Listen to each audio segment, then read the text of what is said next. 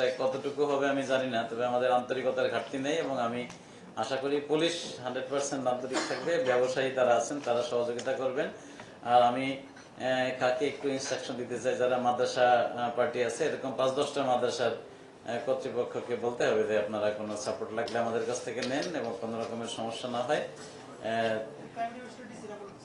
হ্যাঁ সেটাই। এবং ঢাকার যারা মাদ্রাসা আছে তারা কিন্তু আর ফড়িয়ার কাছে বিক্রি করে না। আমি মনে করি ঢাকার মাদ্রাসা যারা, তারা তো সরাসরি সব আপনাদের কাছে চলে যায়, ঠিক না? হ্যাঁ হ্যাঁ সেটাই। তো ঠিক আছে। হ্যাঁ, গত পরশুদিন ডিসি অফিসে মিটিং হয়েছিল, যে তখন এক মাদ্রাসার প্রিন্সিপাল বলেছিল যে সে এরকম নিয়ে গেছে গাবতলী, এখানে প্রথম দিকে দামটা বেশি ছিল, পরে নাকি ওনাকে এত কম দাম দিছে। এটা ভিন্ন, এটা তার আর কি, তার বিজনেস পলিসির কারণে এটা হবে। দেওয়ার কথা না। তো ঠিক আছে, আমার মনে হয় যে আর কিছু আছে নাহলে আমরা সবাইকে ধন্যবাদ দিয়ে শেষ করতে পারি এবং সবাই যার যার দায়িত্বটা সঠিকভাবে করবেন। এটি আমাদের একটি জাতীয় সম্পদ, একটি রপ্তানিমুখী পণ্য আমাদের এটি যাতে সুন্দরভাবে সবকিছু হতে পারে সেজন্য সকলের আন্তরিকতা থাকবে, এটি আমি আশা করি। ব্যবসায়ী ব্যবসা করবেন, অন্যান্য যারা মাঝখানের ব্যবসায়ী আছেন, যাদের আমরা পড়িয়ে বলি বা মধ্যস্বত্বভোগী বলি, তাদের লাভ করার প্রবণতা থাকবে এটি আমরা মনে করি, কিন্তু তারপরেও তাদের প্রতি আমার অনুরোধ যে তাদের ব্যবস্থাপনার জন্য সুষ্ঠু থাকে এবং কোনো জায়গায় কাউকে ফাঁকি দেওয়ার মানসিকতা বা প্রতারণা করার মানসিকতা না থাকে, এতটুকু আহ্বান। এবং আমাদের পুলিশ সদস্যদের সকলের প্রতি আহ্বান যেন তারা যেন এই বিষয়টি আন্তরিকতার সাথে দেখেন এবং এইবার আমরা কোনো অবস্থাতেই এটি নিয়ে কোনো অব্যবস্থাপনার সংবাদ শুনতে চাই না। তো সেই আহ্বান রেখে সকলকে ধন্যবাদ জানিয়ে আমি শেষ করছি।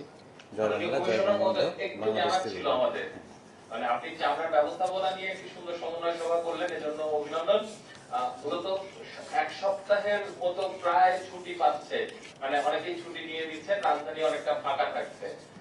নিরাপত্তায় আপনারা প্রতিবারই পরিকল্পনা করে থাকেন, এবারও অনেক পরিকল্পনা রয়েছে। যদি এই মুহূর্তে আমরা পুরো রাজধানী ঘুরে দেখলাম অনেকটাই ফাঁকা হয়ে গিয়েছে, তো আপনাদের সর্বশেষ পরিকল্পনা কি রয়েছে এই ফাঁকা ঢাকায় নিরাপত্তা বাড়ানোর জন্য? একটু যদি বলতেন। অনেক ধন্যবাদ।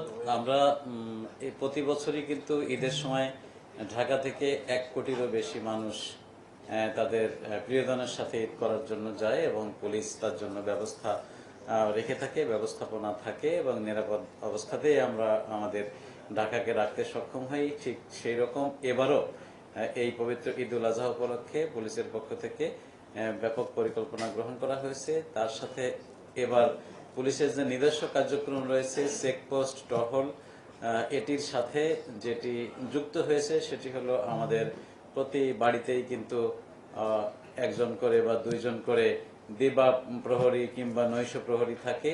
তাদেরকে আমরা এবার আমাদের ডিউটির আওতায় নিয়ে এসেছি যে আমাদের পুলিশের সাথে ম্যানেজমেন্ট করে তারা সমন্বয় করে তারাও পর্যায়ক্রমে ডিউটি করবে যাতে কোনো ধরনের সমস্যা হতে না পারে। আমরা জানি যে অনেক বাসাবাড়ি, দোকানপাট, কলকারখানা, অফিস আদালত এইগুলো খালি রেখে সবাই চলে যাচ্ছেন, সুতরাং সেটির দায়িত্ব পুলিশের কাছে। আমরা আহ্বান জানাবো যে সকলে পুলিশকে সহযোগিতা করুন এবং পুলিশের সেবা নিন এবং পুলিশের প্রতি আস্থা রাখুন। আর কোনো প্রশ্ন নেই?